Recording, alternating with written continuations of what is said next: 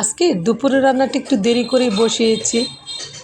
রান্না বান্না খাওয়া দাওয়াই তো একমাত্র কাজ না, দেখা গেছে যে শীত চলে আসছে, এরই মধ্যে কাঁথা কম্বল থেকে রেডি শুরু করে শীতের কাপড় চোপড় সব কিছু ধুয়ে রেডি করে নিতে হচ্ছে, যাতে সময় মতো ব্যবহার করার জন্য দেওয়া যায়।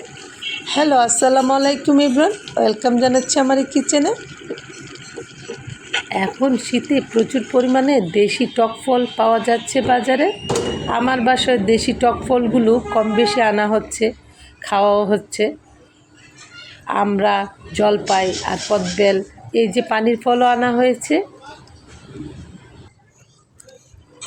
দুপুরবেলা ভর্তাটা বানিয়ে রাখলে ভাত খাওয়ার পর কদবেলের ভর্তা, এগুলো আমরা ভাত খাওয়ার পরেই খেতে ভালো লাগে বেশি। আর এই যে পানির ফল অনেকে হয়তো চিনেন না, আমিও আগে চিনতাম না, বিয়ের পরেই এই পানির ফলটা আমি দেখেছি। আর এদিকে পোয়া মাছ একটু রান্না করে নিব, ভুনা করে নিব, সেজন্য হলুদ লবণ মাখিয়ে ভাজতে বসিয়ে দিলাম একটা প্যানে।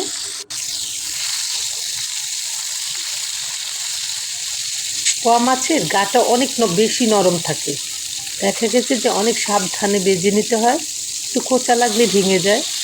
আমি উল্টে পাল্টে সাবধানে বেজে নিচ্ছি। আমার ভাজা হয়ে গেছে।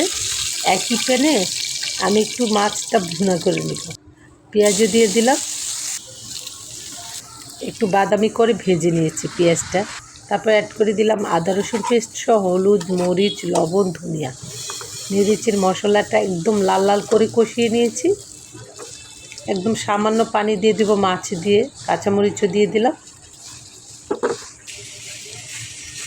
আর এদিকে আমি একটু মুরগির মাংস রান্না করে নিব, সেজন্য সব কিছু কেটে রেডি করে ধুয়ে নিয়েছি। মাছ ভুনাটা প্রায় হয়ে গেছে, যতটুকু পানি দেওয়া হয়েছিল পুরোটুকুই টেনে গেছে। চুলার আঁচটা কমিয়ে রেখে আমি ঢেকে পুরোটুকুই শুকিয়ে নিয়েছি।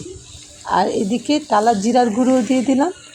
দেখেন ভুনাটা উপরে একদম ড্রাই, ভিতরে একদম রসালো টইটুম্বুর, একদম জুসি জুসি।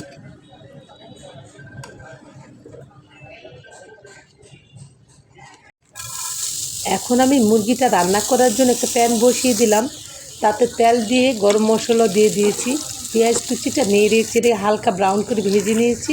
তারপর অল্প একটু পানি দিয়ে আদা রসুন পেস্ট, হলুদ, মরিচ, লবণ, ধনিয়া দিয়ে নেড়ে চেড়ে মশলাটা ভালোভাবে কষিয়ে নিতে হবে।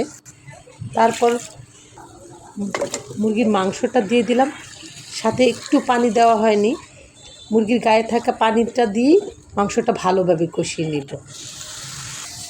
তারপর 2টা আলুও দিয়ে দিলাম, আলু দেওয়ার ইচ্ছে ছিল না, তারপরও দিয়ে দিলাম বাচ্চাদের জন্য। একদম ভালোভাবে কষানো হলেই তারপর ঝোল দিয়ে দিয়েছি পরিমাণ করে, কাঁচামরিচও দিয়ে দিলাম। সব শেষে দিয়ে দিলাম জিরার গুঁড়োও দিয়ে দিলাম। হয়ে গেল আমার রান্না। আজকে রান্নাটা হয়েছে লাল সোনালি মুরগি। এই রান্নাটা অনেক দ্রুত হয় এবং মজার হয়। আজকে যেহেতু বাসার ঝামেলা ছিল, রান্নাটা ঝটপট রান্নাগুলি বেছে নিয়েছি। সবাই ভালো থাকবেন। আল্লাহ হাফেজ।